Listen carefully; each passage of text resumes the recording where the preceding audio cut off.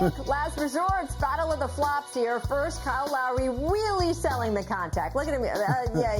Down he goes. But Marcus Smart, he is the master. Richard, who did it better? Because this Marcus Smart is commitment. Look, they are both the biggest floppers. The one thing where, my issue with Marcus Smart is this, is because he'll flop and then get up and be ready to fight.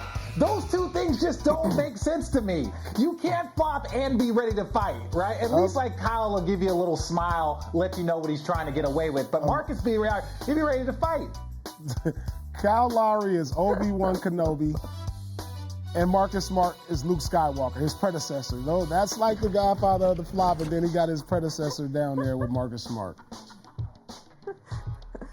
I got to get you to watch the Star Wars movies again, Paul, to get your order. But I appreciate the reference. Last resort, okay, landing space, third quarter. Fred VanVleet pulling up for three, lands on Smart's foot.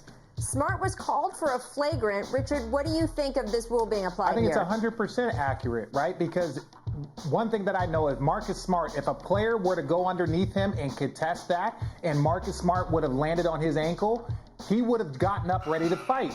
You are not supposed to contest these players. They're not trying to help out the defenders. So that's just the reality of the situation. That's just basically saying don't jump and try to block a shot. Don't challenge a shot anymore.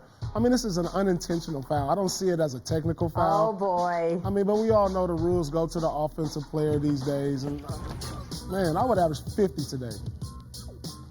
Well, the rule is that even if it wasn't intentional, you're supposed to not be reckless, right? So that's the rule. Turn it into a 6-point play for the Raptors. Make mitts. Kawhi Leonard's massive mitts. Member on full display again last night. Gets the steal, dishes to Lou Will, drives for the layup. So, Paul, you've played against Kawhi for a while. How much does his hand size really factor into game after game?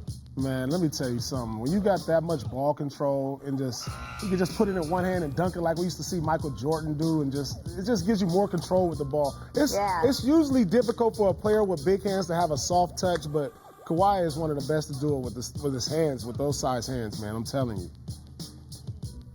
No, agreed. I don't think it gives people some advantage that they don't think about. It's there. Hands, steals, blocks we saw the other day. But I think the craziest thing about the size of his hands is how soft of a touch he does have around the basket.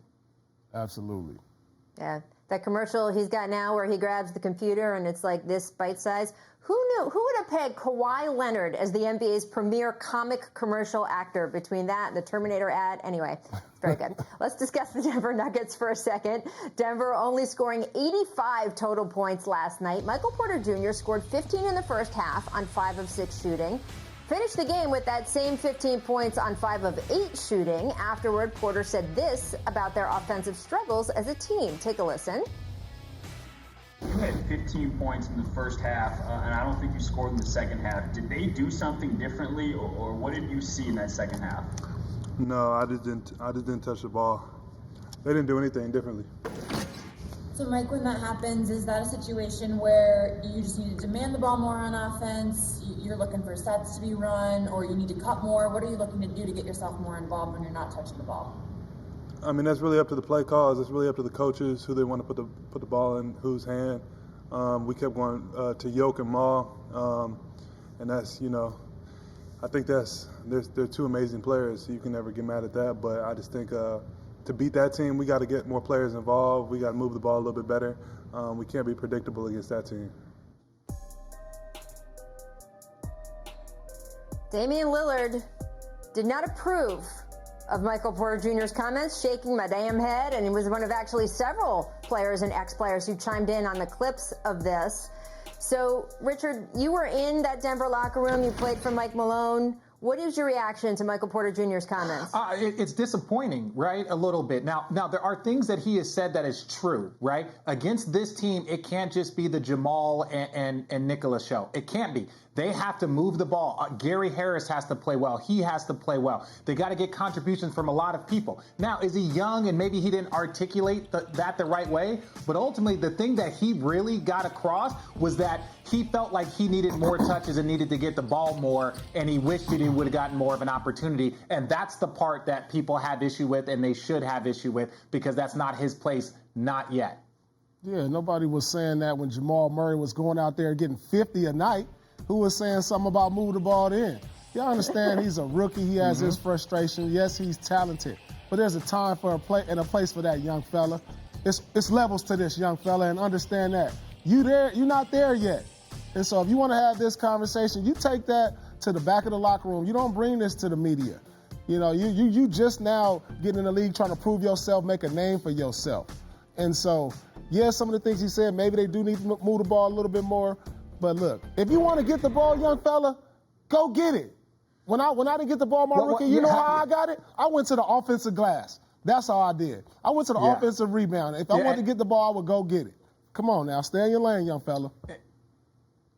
Yeah, and Ray, one last thing. Look, he doesn't pass the ball. I love Porter Jr., and I think he is everything that people want to be for the Nuggets, but he is not a creator. So when the ball touches his hands, it's over. He's going to shoot it. Maybe he pass it to get it back to go shoot it again. So you're getting more touches. You're getting more shots. You just can't put yourself in a position, but this is also part of being a rookie. It's this maturity during playoffs, during crunch time, when it's really, really intense, to make sure that you're saying and doing the right things, not just outwardly, but also inwardly. I'm very curious to see how Mike Malone handles this, because obviously he's interested in maintaining not just this game and this series, but also the authority in his locker room. He's not going to want to just sort of jump when this young man says jump, so we will have to see what happens there. Thanks for watching ESPN on YouTube. For live streaming sports and premium content, subscribe to ESPN+.